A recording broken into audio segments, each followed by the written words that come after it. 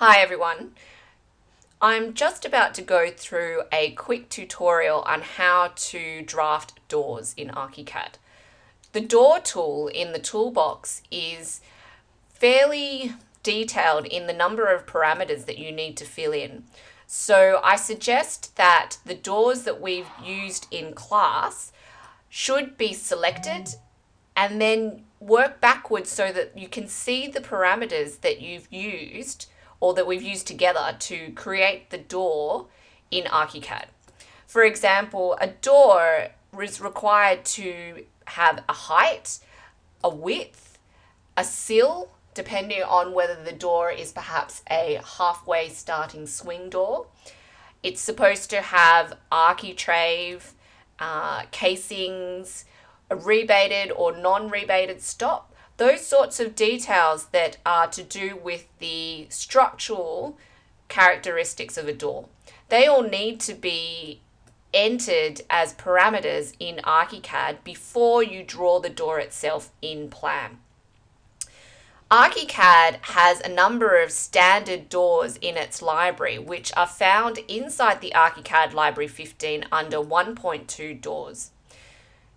These doors are fairly plain doors. So, for example, the most commonly used ones are the wood plastic doors for the wood entrance doors and the wood internal doors, primarily because they are fairly straightforward doors. If I double click this one and look at the preview and positioning, you can just see that it's one of those doors. Well, actually, this one is a little bad example. This one let's go to internal. This one is probably the simplest one. Okay, so the door has a symbol in plan, a graphic symbol in plan, which indicates the opening direction of the door, which I'm sure you're already all familiar with.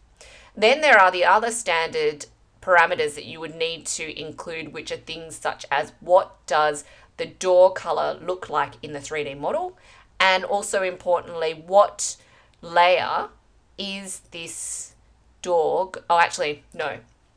Let me clarify. You don't determine a layer for a door because a door is part of the wall. So in fact, it is in ArchiCAD embedded into the wall. So that door will belong to the wall and that wall will belong to a certain layer. So that's how the hierarchy works there. If you delete the wall, then as a embedded part of that wall, the door cannot exist on its own. Okay, so just keep that in mind. So once you've put in the parameters, you press OK. The method by which you draw the door itself is by first nominating what geometry method. So the geometry method that is indicated here is the one that is active says that, well, we're going to place it by its side. So that little, if you can see, there's a little star at the one end of the opening, which indicates that when you put the door in, you will be putting it in by, say, for example, a hinge.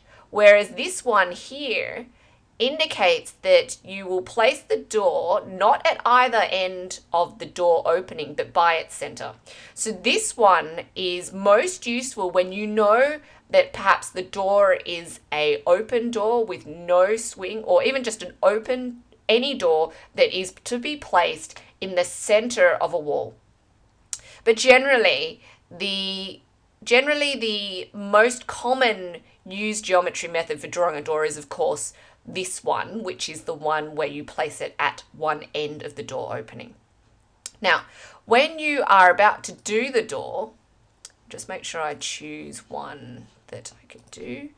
Then what you do is you click, hang on. Let me just select this wall.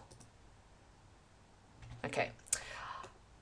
I'll do the tutorial for actually placing the door in the wall in the next tutorial, just so that this tutorial doesn't get too long.